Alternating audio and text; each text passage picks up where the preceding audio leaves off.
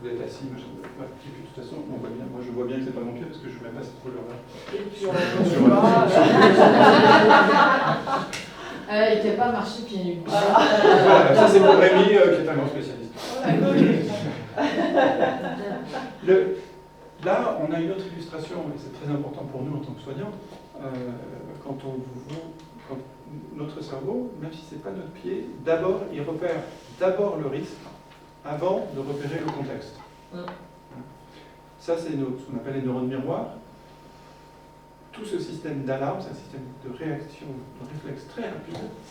Il y a un risque, j'ai déjà réagi au risque avant de comprendre que non, je ne confirme pas qu'il y a un risque parce que c'est pas mon pied, c'est une photo, etc. Donc j'éteins l'alarme qui s'est mise à retentir, mais l'alarme elle est ultra sensible et elle se déclenche avant que je comprenne pourquoi elle s'est déclenchée. Elle attire, comme tu l'as dit tout à l'heure, elle attire mon attention pour que je vérifie fausse alerte ou vraie alerte et que j'agisse à ce moment. La douleur fonctionne comme ça, évidemment, et la difficulté dans le domaine de la douleur et du traitement de la douleur, c'est ce que tu as très bien pointé, Gaël, c'est-à-dire, bon, on garde l'alarme, et puis il faut passer à autre chose. Et alors, il y a des fois où c'est pas si simple de savoir dans quelle catégorie on doit placer ce signal douloureux. Encore une fois, on voit que les histoires de positif, négatif, c'est pas une bonne classification. La douleur, c'est utile. Après, il est aussi utile d'être soulagé. C'est un peu différent. Si je vous montre ce schéma, et moi je lis que la photo que tu nous as envoyée, Axel, c'est une vision très médicale de l'accouchement. Ça fait mal ou ça fait pas mal? Ça fait mal. Non. C'est froid. C'est mal joli. Enfin, généralement, c'est les messieurs qui répondent. Que ça fait très mal. Ça fait mal. Parce que de la même façon que il y a une partie de votre cerveau qui a commencé d'avoir mal juste en voyant la photo du clou, de la même façon, le cerveau des papas, voyant leur moitié, comme on dit, accoucher et avoir mal, a mal aussi. Ça, c'est pas vrai. Ça, c'est pas quand. Pas tous les hommes sont comme ça. Mais pas toutes les femmes non plus, parce que comme vous l'avez entendu, certaines ont trouvé que ça faisait mal et d'autres pas. C'est ça qui est intéressant dans l'expérience douloureuse.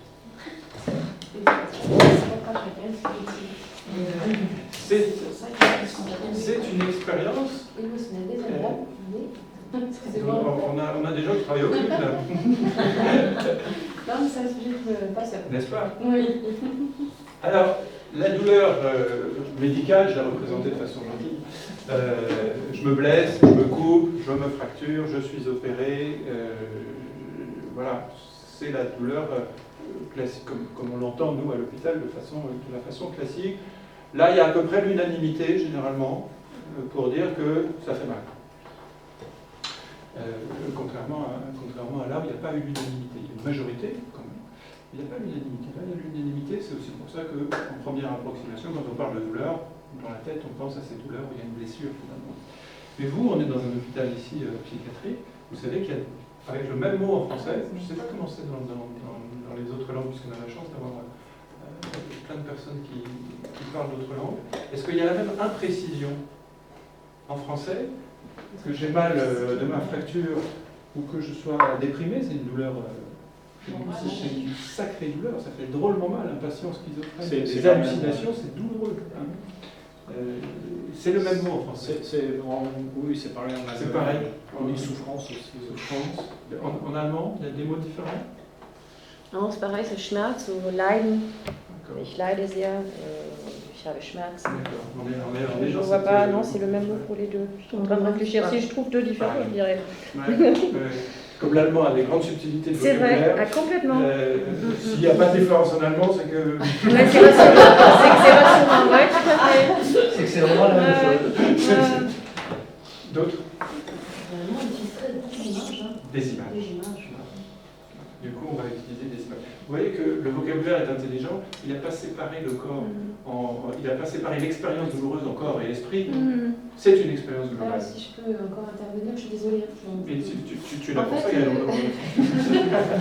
Pour avoir discuté avec un psychiatre, Il ne parle pas de douleur morale, c'était pas ce terme-là, N'est-ce pas? il parle de souffrance psychique. Ouais. Mais Oui. c'est une maladie. Parce qu'on essaye de mettre dans le vocabulaire une distinction, Voilà. une nuance. Oui. Parce qu'effectivement, du point de vue physiologique, c'est pas Mais tout à fait les mêmes circuits, mais c'est pas non plus des circuits si différents, tout ça. Eh oui. C'est ça qui est intéressant. J'ai pas de vignette là, mais on le sait aussi, l'exclusion. L'exclusion sociale, l'enfant à l'école qui n'a pas de copains, etc. Ça fait mal.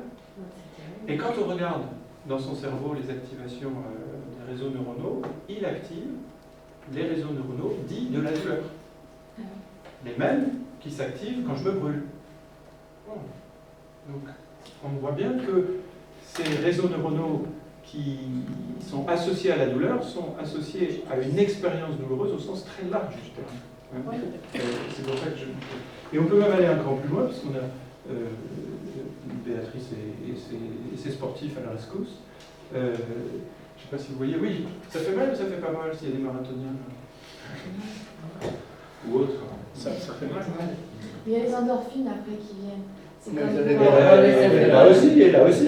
Tu l'as pas dessus, c'est comme pour le jogging, les gens racontent que quand ils font du jogging, ils ne peuvent pas s'en passer, pourtant physiquement, C'est ça dur. entraîne ce n'est passé, mais après il y a une espèce de sécrétion d'endorphine qui fait Jusqu'à un que... certain point. Hein. Ouais, Ça, c'est 42 km, Non. le paquet d'endorphines. Il y a des triathlètes qui font ou l'Ironman, et quand on leur dit à la fin de l'Ironman, moi j'ai un pote qui l'a fait, je fais moi je serais morte à ta place. Et puis, c'est des mythes, ça, des endorphines. Non, c'est. Non. La souffrance, là, moi je l'ai fait. Alors, il y a de la récompense. Oui, ça c'est autre chose. Là, Ça, Comme c'est quand autre on a chose. marché Mais 17 satisfaction, km. ça t'apporte Voilà. quelque chose. c'est la souffrance du corps. Voilà, ça c'est la ça c'est autre chose, mais c'est pas les endorphines. Ouais. Ça c'est vrai. Je sais qu'ils vont chier, quoi, c'est pas. Alors, la donc- joie de l'arrivée, c'est tellement beau. il y a donc des circonstances qu'on ne va pas ranger, entre guillemets, dans la catégorie douleur, pourtant ça fait mal. Et il y a autre chose, effectivement, dans le circuit de la récompense, si on a la médaille d'or en plus, est-ce que la médaille d'or a moins mal que le dernier arrivé? C'est même pas sûr. C'est vrai que les preuves du corps au niveau des marathons, semi-marathons, etc., c'est quand même assez impressionnant. N'est-ce pas? Sur Marseille-Cassis, 1 an sur 2, il y a un arrêt cardiaque. Oui. Ah oui, oui. Et à Siguerre, en fait, cet quand on été, quand au on est- Montcalm, il y en a eu 5, à parce qu'il faisait l'arrivée, 35 degrés, ouais. et que les organisateurs On voit n'ont les pas pieds. annulé la course, et qu'il y a eu Quelle 5 course coups de chaleur. Le rallye du Montcalm, qui est une grande course de trek l'été, à Siguerre, où on est avec Jean et Rémi, il y a eu 5 décès cette année. J'ai un collègue qui est mort devant sa femme et ses gosses. À l'arrivée, Donc, le semi-marathon à Nice. Le stress physiologique À 300 mètres de de l'arrivée. ce genre d'épreuve, il est considérable. Mais c'est dans les tribus, je pense au Tahitien, il y a un tatouage qui fait... Tiens, donc, dis-nous, Eh ben, tu l'as fait sous un le tien ou... Non, non. Mais c'est un acte de passage, un rituel de passage qui fait que ça apporte. Bon, pour eux, c'est le fait d'être homme ou ou un passage dans la vie, et ça marque un. Le sens qu'on veut. Voilà. Mais vous savez qu'ils ont mal, et ça fait mal de se faire mais ça apporte un truc aussi. Et vous voyez l'importance, dans un travail très rapide qui va être un travail métaphorique, des images dont tu as parlé, de permettre au patient, par les métaphores qu'il va utiliser et de son problème, de sa douleur, et de comme il voit quand ça va mieux, d'utiliser le sens qu'il lui donne à son problème. Alors, si je l'interroge, quel sens a votre douleur, il va me dire, vous me prenez pour qui? J'ai mal, arrêtez. Si je lui demande juste la métaphore, il y a quelque chose du sens qu'il lui donne. Et on est sur la piste justement de ces ressources. On ne sait pas trop comment ça marche, on se connaît un petit peu mieux, le système de la récompense, tout ça. Donc, toutes ces ressources-là qui sont activées et qui font passer, à partir d'une expérience qui est à l'évidence une expérience de stress majeur sur le corps, sauf que celle-là, on la qualifie pas. On peut éventuellement dire que c'est douloureux, mais c'est une douleur agréable. La question serait si on fait l'auto-activation de conscience avant le marathon Oui. et donc pendant tout le marathon, Ouais. est-ce qu'il y a moins de conséquences physiques Oui. réelles, c'est-à-dire Oui. les ampoules, les douleurs, voire les Et arrêts, la réponse, on l'a. que si on fait pas? Parce que annuler le signal, c'est une chose, mais est-ce que derrière, le corps, il a moins Alors, en fait, il supporte mieux les Tu as trois raison. lui-même. Tu as raison. On n'annule pas le signal, on l'utilise différemment, on lui donne un autre sens, entre guillemets. Hein, absolument. Et il y a une très belle étude que j'ai découverte en lisant ton magazine, Béatrice. Entraînement à la proprioception chez des sportifs, je crois que c'est des volleyeurs. On leur apprend des exercices proprioceptifs pour les articulations des membres inférieurs. Diminution spectaculaire du nombre d'entorses. C'est un sport dans lequel ils se font régulièrement des entorses, il y a moins d'entorses. Donc, s'entraîner à activer tous ces réseaux-là, oui, bien sûr, va avoir des conséquences, en tout cas dans le domaine du sport, c'est plus mesuré. Absolument. Je vous montre, tiens, ça fait mal ou pas, ça? On est dans une région. On parlait hier avec Rémi. Ah, c'est bon ça. C'est pareil, c'est propre à chacun. Hein. Il y en a qui sont Ah, pourtant, la capsaïcine dans le piment, c'est la même dans tous les piments. Enfin, oui, mais il y en a qui sont naturels. Enfin, moi, je ne mange pas de piment, donc je vais peut-être moins supporter que quelqu'un qui mange du piment. Et voilà. Donc ça veut dire que pour un même dosage de capsaïcine, un principe chauffant quand même, parce que physiologiquement ça chauffe les papilles, la réponse, le sens qu'on va lui donner, va être impossible ou super bon. Et comment ça s'est fait ça? Par l'éducation depuis l'enfance et l'apprentissage, que ce signal-là, je ne le range pas dans la catégorie des signaux alerte, je le range dans la catégorie des signaux OK. Voilà. Et alors pour ceux qui vont au cinéma ou qui lisent, et pour rejoindre la suggestion d'Axel, il y a quand même d'autres domaines dans lesquels on peut faire la comparaison de douleur ou pas douleur. Mais ça c'est pour les plus littéraires d'entre vous.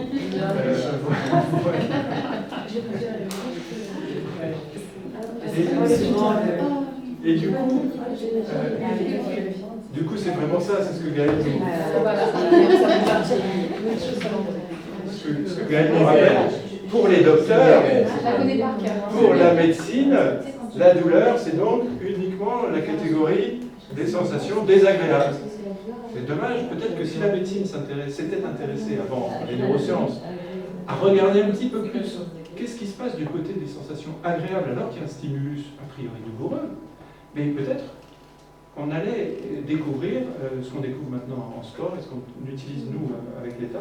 Les ressources, c'est plus intéressant d'aller découvrir les ressources mobilisées pour trouver un signal douloureux plus confortable, plutôt que de dire ah oui ça fait mal, c'est sûr, ça fait plus mal ou moins mal, ça fait de plus en plus mal ou de moins en moins mal, et d'aller creuser les circuits de la douleur et les renforcer. C'est une expérience sensorielle et émotionnelle, donc dès la définition, vous voyez que 79 c'est pas encore à peine les IRM fonctionnels. Et depuis 79, on n'a pas réussi à trouver une définition mieux que ça, parce que dès qu'on essaie de rajouter des connaissances des IRM fonctionnels, on tombe sur une définition, déjà celle-là est pas simple à comprendre. Les nouvelles propositions de définition sont encore plus complexes. Donc celle-là, elle a le mérite d'être courte et de faire état des principales données sur la douleur. C'est une expérience, ça veut dire qu'il n'y a que moi qui peux parler de ma douleur. C'est vrai que ceux qui marchent sur les charbons ardents ou sur les clous, ils n'ont pas la lésion physique. Et voilà. Alors qu'ils ne pèsent pas tous 20 kilos. Alors tu ne pèses pas plein d'études pour étudier les modifications physiologiques qui ont lieu. Non, mais c'est alors c'est pas de tout. voir quand même Bien sûr. qu'il y a un travail qui se fait sur le cerveau et sur le corps.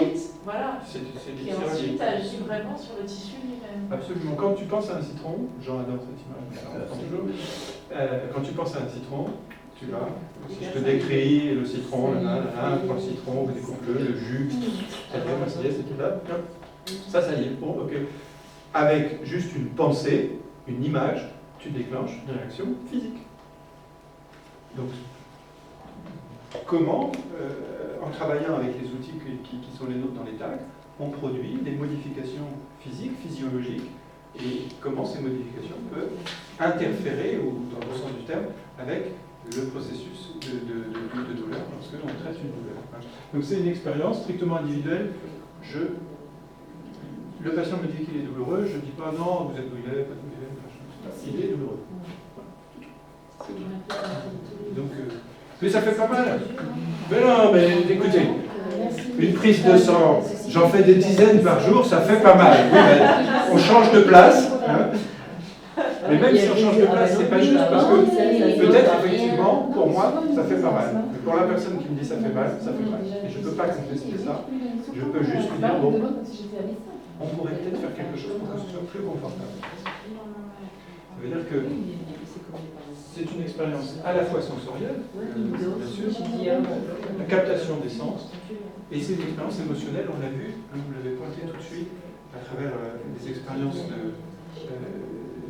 de douleur agréable, où il y a de l'émotion, il y a du sens qui se met en ressenti. Soit il y a une lésion, ça on connaît, c'est quand on est blessé, c'est la douleur par accident de dissection, on appelle ça. Soit il y a pas de lésion. C'est comme, à quoi ça ressemble ma douleur? Ben, c'est comme s'il y avait des fourmis dans la main. Et on est dans l'espace métaphorique. Votre migraine, j'ai l'impression d'avoir la tête comme dans un étau. Tout ça, ce sont des métaphores. Et toutes ces métaphores, elles viennent spontanément au patient lorsqu'il s'agit de ces catégories de douleurs qui sont existantes, mais sans lésions tissulaires réelles. Aujourd'hui, on appelle ça, vous savez, les douleurs neuropathiques, c'est pas l'objet de cette présentation. Et vous savez l'importance du langage dans la mise en place de ces douleurs. Vous avez appris ça. Celui-là? Non, c'est pas celui-là. Ça, c'est un blouse, oui. Peut-être. Le travail sera le même, quelle que soit l'intensité de la douleur. Je te réponds tout de suite, j'ai perdu ma diapo, elle a changé de place. Elle est partie. Le choix de la méthode, non? Je peux pas faire de choix en même temps. Il y a une partie du diapo qui est automatique. J'attendais ma diapo à un endroit, je l'ai déplacée, donc là je repasse en manuel, je ne peux plus répondre à ta question. Quelle est ta question? Par rapport à l'intensité de la douleur, est-ce qu'on fait la même chose? On fait le même travail? Oui, sur la trame, on va faire le même travail. Tu parles juste un peu plus fort quand il y a très parce qu'il crie beaucoup. Oui, mais c'est juste ce que tu dis. Parce que la captation d'attention par une douleur intense est plus puissante, évidemment. Donc, il va falloir trouver quelque chose qui capte l'attention du patient à ce niveau-là. Et c'est là que c'est pas simple. Alors, avec les enfants, c'est très simple. Le détournement, capter l'attention d'un enfant, même très douloureux, au moins pendant quelques secondes, avec un jeu, avec un jouet. Il y a plein d'études qui ont vraiment démontré que toutes ces techniques de détournement d'attention pure, on ne parle pas d'hypnose, détournement d'attention pure, étaient efficaces. Efficaces de façon brève. Si on veut que ça dure un peu plus longtemps, il va falloir que le patient s'engage activement, engage activement son attention dans une tâche. Et là, pour l'engager activement dans une tâche, quoi de mieux que le mouvement et que utiliser les ressources propres du patient. Si vous me racontez une histoire, j'écoute l'histoire, mais je reviens à ma douleur parce que il y a des patients comme ça qui disent je revis mon histoire à un moment. Je faisais que vous me parlez pour pas que je suis en prise de sang. Ouais. Et en fait, il dit non, mais je sais très bien vous parler, mais je sais que le temps est difficile. Voilà. Et là, si tu leur demandes d'attraper, mettez la main comme ça, attrapez la chose. Fermez les yeux et où est-ce que vous êtes allé en vacances là? Vous revenez? Ah oui, très bien. Et hop, pendant que tu fais mal, retrouvez là. Et je suis à la plage, vous ramassez du sable, tu trouves une métaphore par rapport au geste que tu es en train de faire. Tu veux mieux aller en stérile, tu files le plateau, tu lui dis allez, passez-moi le scalpel. Si on a le temps, je vous montrerai un film comme ça.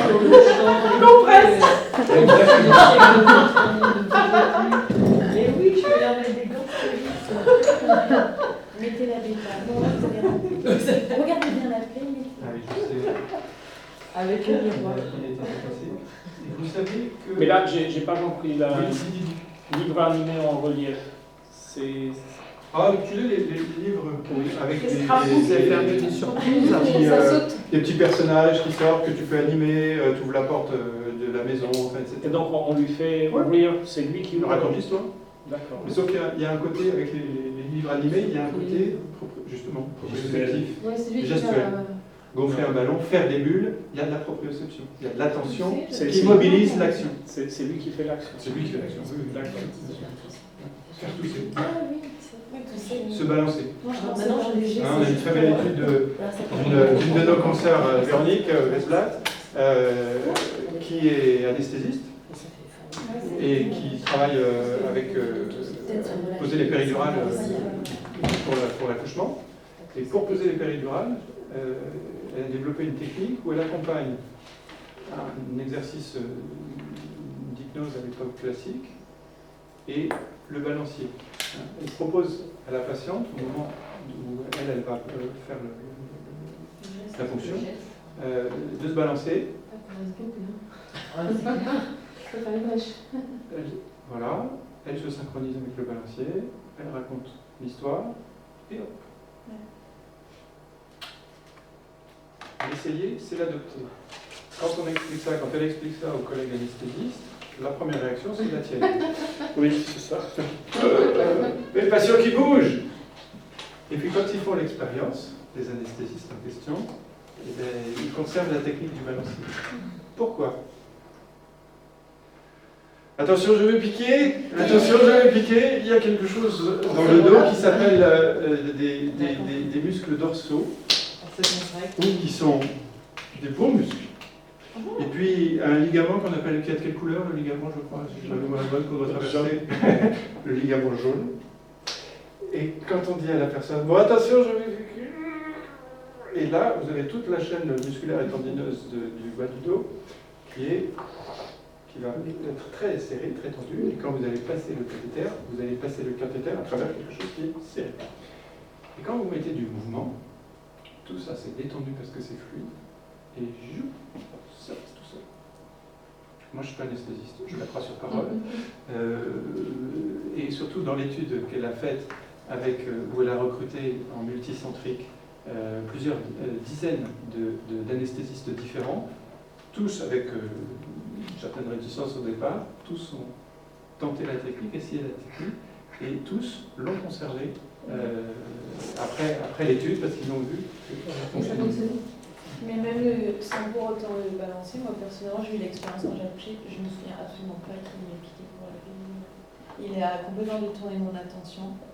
Et après j'étais dans un contexte de confiance, tout ça, mais il n'a pas utilisé le balancer, il a utilisé le détournement. Et je me souviens même pas qu'il m'ait piqué. Moi aussi, pas du tout. Ouais, mais après, il faut... Et là, c'est un peu... Après, il fait l'hypnose, elle devient. Oui, et moi, il a 6 ans, voilà. Et en fait, il m'avait détourné et j'avais eu des effets de l'induction. Ça va pas du tout, là. Et en fait, pareil, il m'a fait prendre une seringue tout bête, comme dit la bouteille. Et la seringue, il a baissé la lumière, on a parlé, puis mais je ne me souviens absolument pas qu'il m'ait piqué, la position, les contractions. Sans pour autant le balancier. Ouais, il y a peu de technique. C'était... Je peux même pas te dire, oui, il m'a piqué, ça m'a fait mal, j'ai sur... Enfin, alors autant qu'à les copines, c'était... Arrêtez de bouger, elles s'en souviennent. Alors, l'importance des mots qu'on utilise à ce moment-là, donc détournement d'attention, le vocabulaire qu'on utilise, vous avez appris toute cette communication, là, on n'a même pas besoin de faire d'exercice formel, rien que les mots qu'on va utiliser pour accompagner le patient douloureux, ça va être suffisant. Ça, c'est des très belles études d'Elvira Lang qui ont montré au bloc opératoire comment, selon le mot qu'on utilisait, le patient était soulagé ou plus douloureux, parce qu'on oriente son attention sur la douleur. Ou cette étude que Jean aime beaucoup, il vous l'a montré ça, sur les blancs. Non. Voilà. Vous connaissez les blancs? Oui.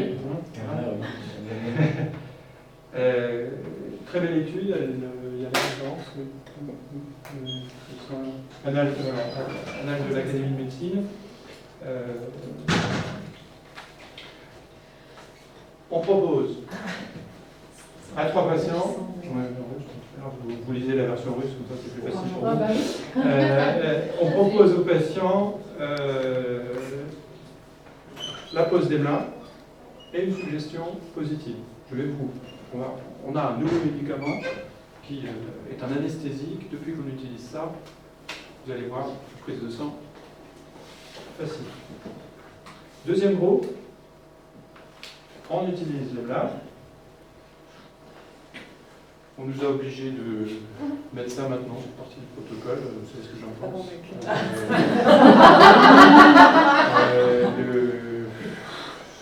Il paraît que c'est anesthésie, c'est de la xylocaïne, dans le Vidal c'est marqué que ça donne des troubles cardiaques. Bon, je vais vous poser. En espérant que vous ne soyez pas allergique. Je caricature évidemment, mais voilà, des suggestions qu'on peut faire. C'est le même EMLA, hein. Je rappelle, c'est le même EMLA. Et puis troisième, je vais vous donner un lâche d'anesthésie. Merci, au revoir. Alors, résultat des courses. Alors, On préfère mettre le résultat en russe. ça marche. Ça marche ou ça marche pas? Ça marche bien. Bien. Très bien. C'est efficace dans 59%. 59%. Qui dit mieux? 59%, 60, 80%, 85%, 100%. Non, pas 100%. Mais c'est proche. 17. Ah, c'est inférieur. 17, 60. 60. L'EMLA quand même. Mif. C'est de l'exilopée. 20. Et alors, sans suggestion, l'effet. 50%. 70. 20%. Ah, 80%, c'était Là, on va. obligatoire. Ah oui, non. Ça fait mal. Vous voyez que l'EMLA est efficace, un peu au-dessus du placebo. Chez l'adulte, ça c'est des adultes. Chez l'adulte, placebo, c'est plutôt 10%, 15% dans le meilleur cas. Chez l'enfant, ça dépend. Mais globalement, c'est un peu plus bas. Donc l'EMLA est efficace. Le laboratoire rend un médicament efficace, ça tombe bien. Si ça s'appelle l'effet nocebo, vous connaissez l'expression. Si je donne des suggestions négatives sur le médicament, je vais diminuer son efficacité. Je ne vais pas l'annuler, parce que le médicament, bien sûr, garde une efficacité minimale physiologique, mais il y a d'autres mécanismes qui vont faire en sorte que ça baisse l'efficacité. Pas beaucoup quand même, hein. C'est que 5%. C'est rassurant sur la xylocaïne quand même. Sinon, il faut la virer des... Non, mais c'est que 5%. Et sur la xylocaïne dans la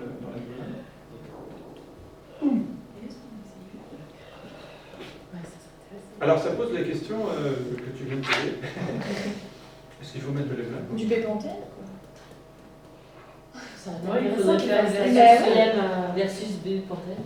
Alors, on a les études de mise, d'autorisation de mise sur le marché pour l'EMLA montrent des chiffres très efficaces. Mais justement, des chiffres d'efficacité qui prennent en compte tout le contexte. Ça, on l'a dans toutes les études. À partir du moment où on fait une étude, les résultats sont meilleurs parce que les patients rentrent dans une exploration, ils bénéficient d'une attention particulière. Et ça, dans toutes les études, on le démontre très facilement, ça a un effet de surpondération des résultats positifs. C'est un biais qu'on ne peut pas limiter.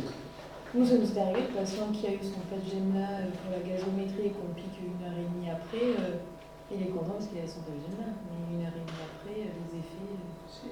Ah bah si, tu l'as en place. C'est à partir d'une heure. En place, et toujours en place, tu l'as pas retiré là-bas? non, tu vas pas retirer. Ah oui, mais peut-être ça agit. Hein. Ah, si. Ça agit. Puisqu'on le met même pour les... Plus tu le laisses en place, plus ça agit en profondeur. C'est pour ça qu'on le met même longtemps avant les PN. Hein. Ouais. Alors, mais les deux, c'est-à-dire que, et l'effet, puisque là c'est du bépantène, donc de toute façon, une heure, tu l'as pas fait, mais une heure avant, je l'ai plus souvent. L'effet, la puissance de l'effet placebo, là, dans l'effet placebo, et on est un peu plus précis que l'effet placebo, je ne sais pas si vous connaissez, c'est un peu petit. C'est ce qu'on appelle l'effet Ozan, c'est la façon qu'on a d'évaluer la douleur, d'être attentif à la douleur, finalement renforce, et en soi, des suggestions. Si je demande à un patient, comme on est supposé le faire, d'évaluer sa douleur, à l'admission, le matin, le midi, le soir, le lendemain matin, le lendemain midi, le lendemain soir.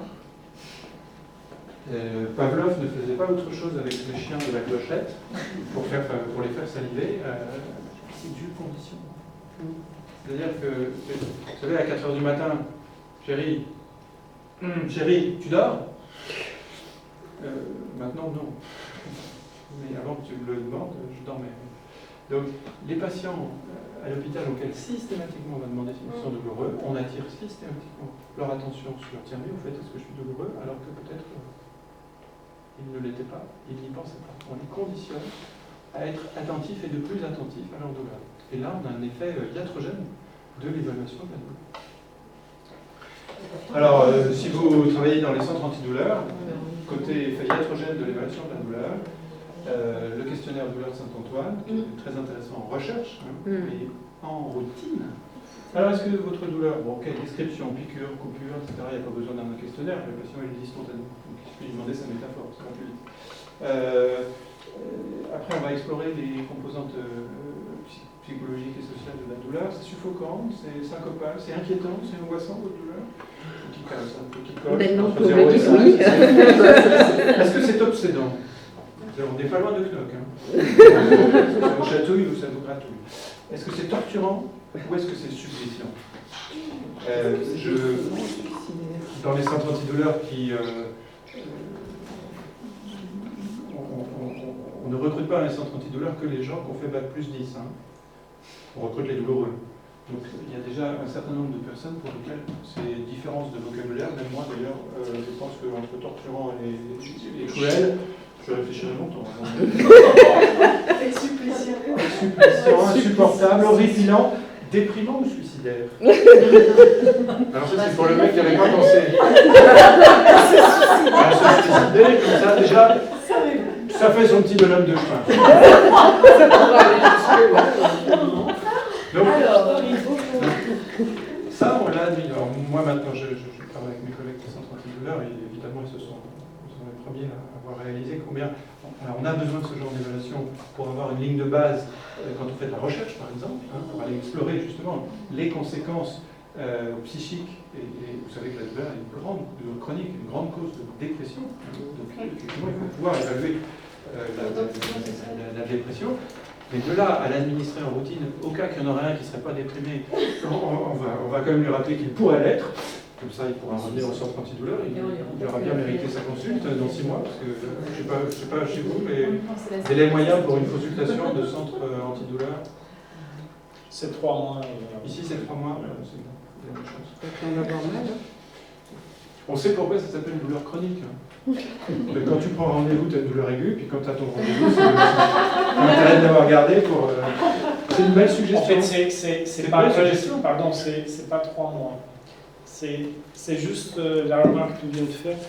Lorsqu'on adresse un patient pour une douleur, sans compter douleur, c'est assez rapide. C'est style une semaine. Par contre, lorsqu'il le convoque de nouveau, il ne peut pas avoir rendez-vous avant 3 mois, voire 5 mois. Mais pour les gens qu'on adresse pour une première fois, c'est rapide. Alors, il y a aussi, voilà, centre antidouleur, c'est bien, c'est une belle appellation. Mais il y a certains centres qui ont conservé l'ancienne appellation douleur chronique. Voilà, donc, chaque fois que je vais à ma consultation de douleur chronique, je sais que si je veux revenir, il faut que je garde ma douleur parce que c'est chronique.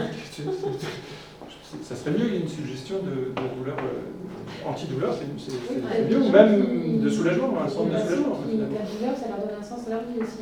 Ah, Ils n'ont pas envie qu'on leur. Tu perds en douleur, Pour les c'est guérir. pas.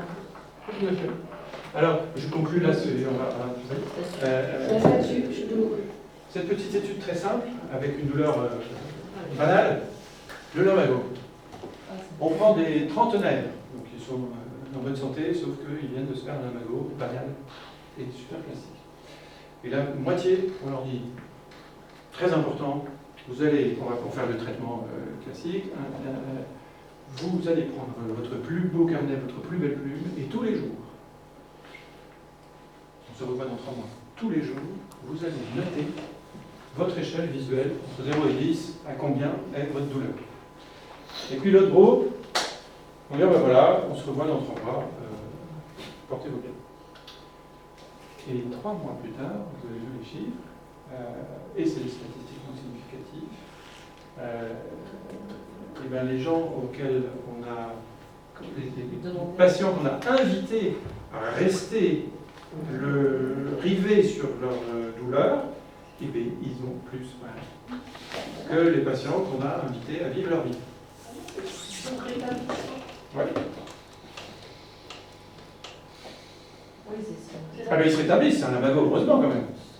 Mais ils se rétablissent à 50%, alors que dans le groupe Vivez votre vie, ils se rétablissent à 80%. Et c'est statistiquement significatif. On se rétablit mieux en pensant à autre chose qu'à son amago. On se rétablit mieux de son amago en pensant à autre chose qu'à son amago. Donc, encore une fois, tout ce qui va aider cette ressource et ses potentialités, les exercices en particulier, qu'est-ce qu'on va faire? Ah, je pense à ma douleur, très bien, pense à ta douleur, pense-y, allez, tiens, pense-y. Et puis maintenant, fais un petit truc pour t'aider à dépasser le fait que ton attention est ramenée vers la douleur. Ben, à chaque fois que mon attention est ramenée vers ma douleur, j'ai un exercice pour la faire circuler, il n'y a rien à voir, et je vais aller l'emmener ailleurs. D'accord? Je vous vois convaincu. Vous allez donc faire un exercice.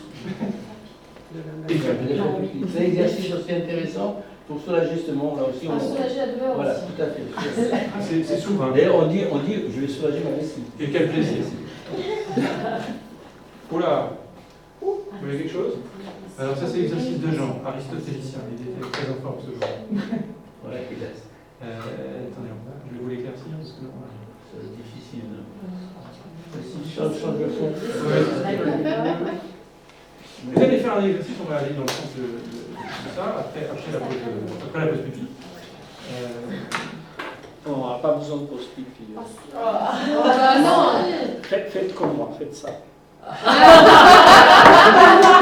C'est le niveau qui va baisser. Je vais tout lâcher là. Si tu fais comme ça.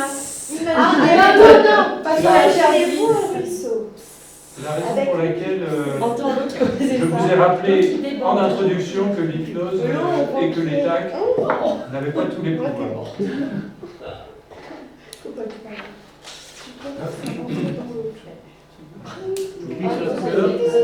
X sur la couleur, et sur la Ah oui, ça. C'est comme ça. Moi aussi, je me lève quand même. Oh là là.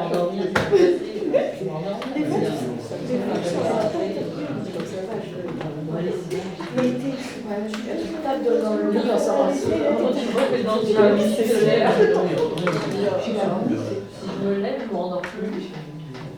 C'est terrible.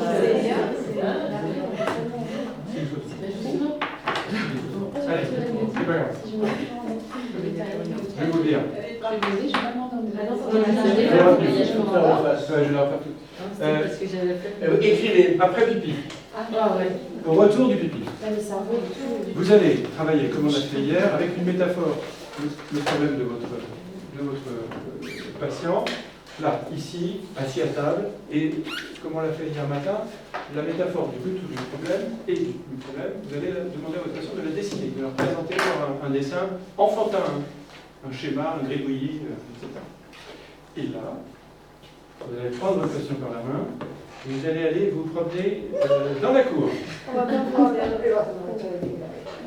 Mais on est dans le terme psychiatrique, donc c'est pas gênant. Tranquillisez-vous.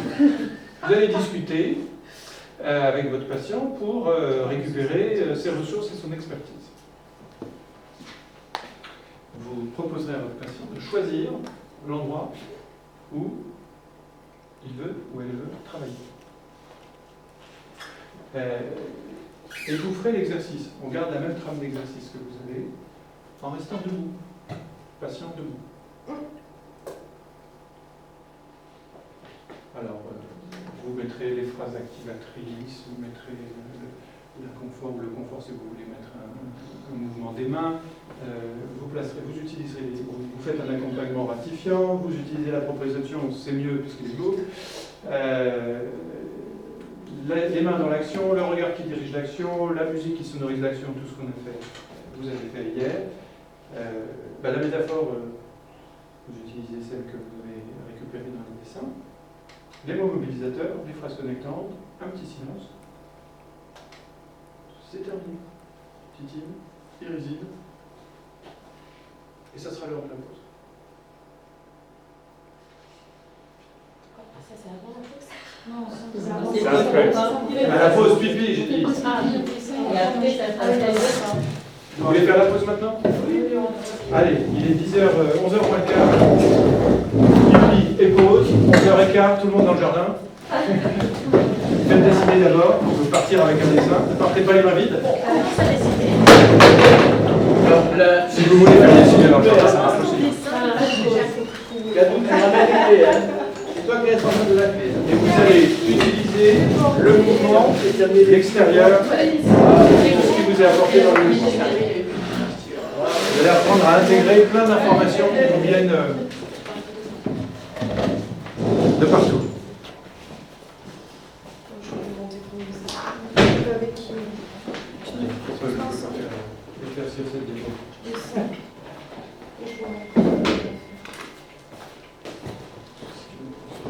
Ouais. Juste à grandir. Oh, ça va aller. C'est bon. Merci. Éclaircissons ça.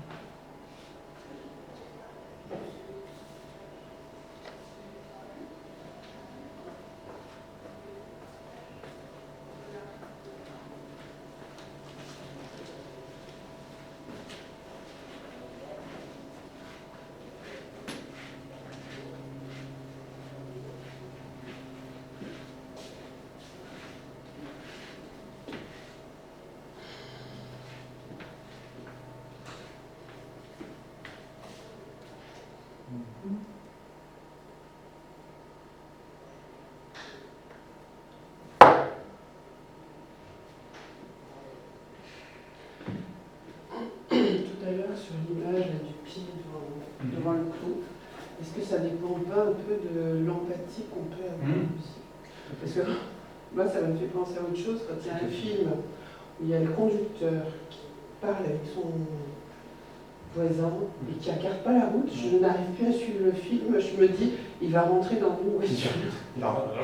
Et voilà, et je me dis à chaque fois, pourtant je sais que, et une voiture qui tracte, je sais que c'est du cinéma, je sais, je n'y arrive pas. On a développé, je n'ai pas développé, c'était pas l'objet. Nos neurones miroirs, en tant que soignants, nous font vivre au quotidien, du coup, en miroir de la douleur des patients, en plus de la nôtre, de nos vies. Et donc on stimule en permanence notre système de la douleur. Et ça produit une fatigue supplémentaire de ce système. Donc on doit mettre en parallèle plus de systèmes antidouleurs que la moyenne. C'est ça le système de l'empathie, et c'est là où les exercices qu'on fait, la connaissance qu'on a de la douleur aussi, parce que les connaissances viennent réguler tout ça, mais il faut qu'on ait beaucoup de systèmes pour compenser le fait qu'on souffre plus que les autres. En tant que témoin de la douleur de quelqu'un, on souffre plus. On partage sa douleur. C'est ce qui fait qu'on s'est dirigé vers... Ça participe de l'empathie, du lien particulier thérapeutique. Mais du coup, il faut là aussi, on a un travail à faire. Absolument. Voilà, c'est un des grands privilèges de notre métier. Ouais. Voilà, j'ai réussi.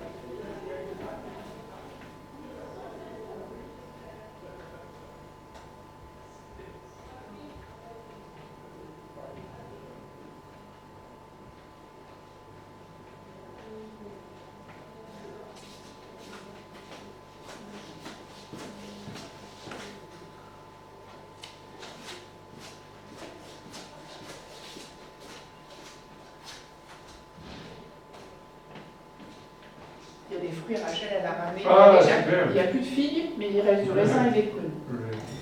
Il y avait des figues.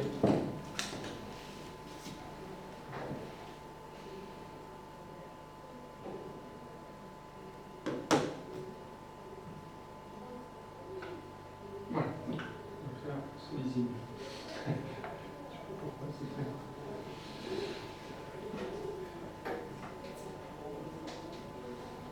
Il y avait un fond bleu tout à fait joli, mais juste. Oui, ça facilitait pas les choses. N'est-ce pas? Voilà. Aux fruits, aux fruits. T'as vu, il est sympa ce groupe. Hein. Ah, on a du page là. On a trop de chance. Hein. La régal. Et là encore, tu vois, on a progressé, mais au début, quand on faisait les premiers exercices, tu sais, t'as tout le monde. Ah, bah, c'est. Et tu filmes et retour sur le commentaire, et ça a toujours été des commentaires, des monstres à fusil, mais dans la bonne humeur et constructif et à s'aider, tu vois. Ah ouais. Et tu dis, ah ça c'est un super groupe.